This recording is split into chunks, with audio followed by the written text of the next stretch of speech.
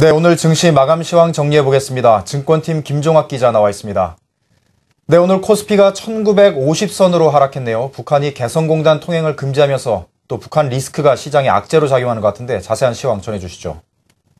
네, 북한 리스크에 코스피가 크게 출렁였습니다. 코스피는 어제보다 23.77포인트, 1.2% 내린 1959.45에 거래를 마쳤습니다. 장중 북한이 개성공단 입주 기업에 대해 전원 철수를 통보했다는 소식에 1940선이 무너지기도 했지만 정부가 이를 사실무근이라고 발표하면서 낙폭을 크게 줄였습니다. 그동안 주식시장은 과거 연평도 포격과 김정일 사망 등 학습 효과로 인해 북한 위협에 별다른 반응을 보이지 않았습니다. 그러나 북한이 개성공단 통행금지를 비롯해 동해안에 중거리 미사일을 배치하는 등 우리 정부에 대한 압박이 계속되면서 시장의 불확실성을 키우고 있습니다. 전문가들은 이번 북한 리스크는 김정은 정권의 입지 강화를 위한 조치로 대화 타협이 쉽지 않아 시장 충격이 지속될 것으로 전망했습니다. 북한 리스크가 제한되자 외국인은 4,700억 원 주식을 내다 팔며 지수를 끌어내렸고 개인도 300억 원 순매도를 기록했습니다. 기관은 연기금이 1,600억 원 가까이 사들이는 등 4,300억 원 순매수하며 추가적인 하락을 막았습니다. 업종별로는 운송장비가 3%, 운수창고가 2% 내렸고 건설과 증권, 철강, 제조 등 주요 업종이 1%대 낙폭을 기록했습니다. 한편 시가총액 상위 종목은 삼성전자가 1% 가까이 내린 가운데 현대차는 브레이크 결함 등으로 190만 대 리콜에 들어갔다는 소식에 5% 넘게 급락했습니다.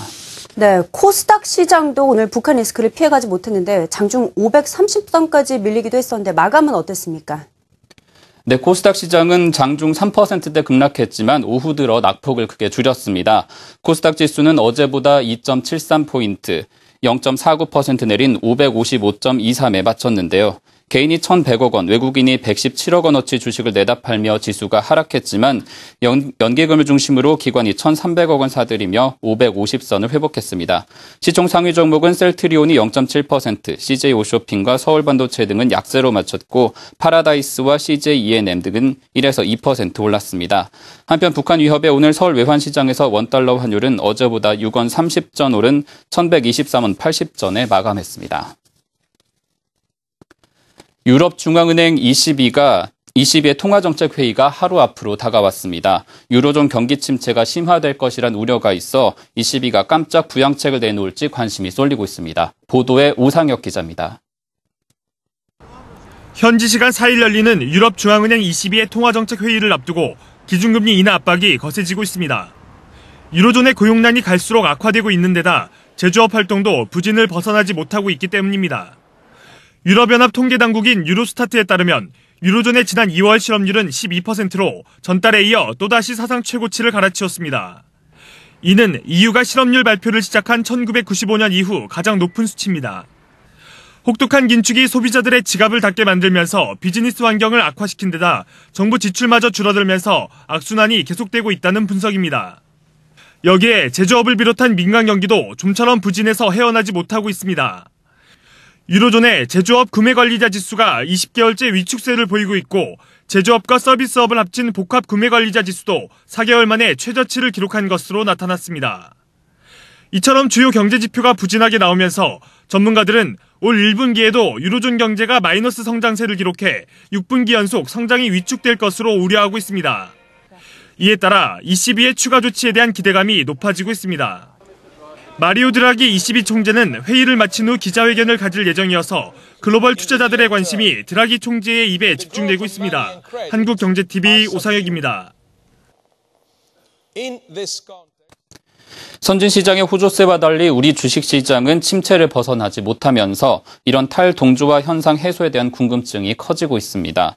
전문가들은 2분기에는 동조화될 것이란 전망이 많았지만 코스피는 여전히 내리막길만 걷고 있습니다.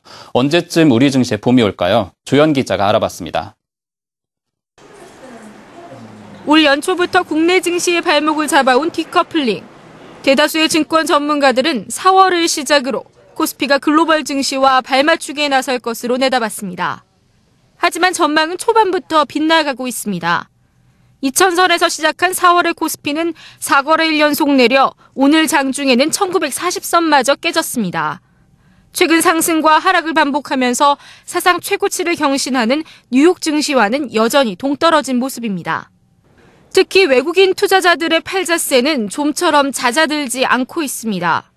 경제 성장률과 기업 실적이 거듭 하향되고 있고 환율 약재도 여전한 가운데 북한 리스크까지 고조되면서 한국 증시의 매력이 떨어지고 있다는 분석입니다. 미국은 경기가 2분기 정도 되면 시퀘스트 협상이 단절됨에 따라서 시퀘스트가 본격적으로 발효되기 때문에 미국 경기 우려에 대한 차익 실현의 욕망이 나타난 것으로 보여지고 있고, 따라서 외국인들 같은 경우에는 뱅가드 이펙트와 겹치면서 2분기 내내 한국 증시의 압박 요인으로 작동할 것으로 보여집니다. 전문가들은 추경과 같은 새 정부의 경기 부양과 본격적인 실적 발표가 상승을 위한 모멘텀이 될 수 있지만 이 또한 일시적일 뿐 당분간은 박스권 장세를 이어갈 것으로 예상했습니다.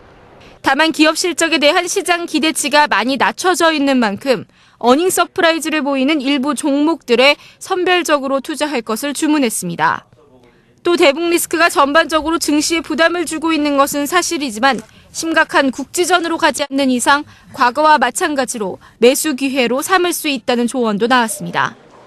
디커플링이란 덫에 빠진 한국 증시. 결국 환율 이슈와 국내의 경제 성장 기조가 뚜렷해지는 올 하반기에나 커플링을 되찾을 전망입니다. 한국경제TV 조연입니다. 지금까지 오늘의 증시 관련 소식 전해드렸습니다.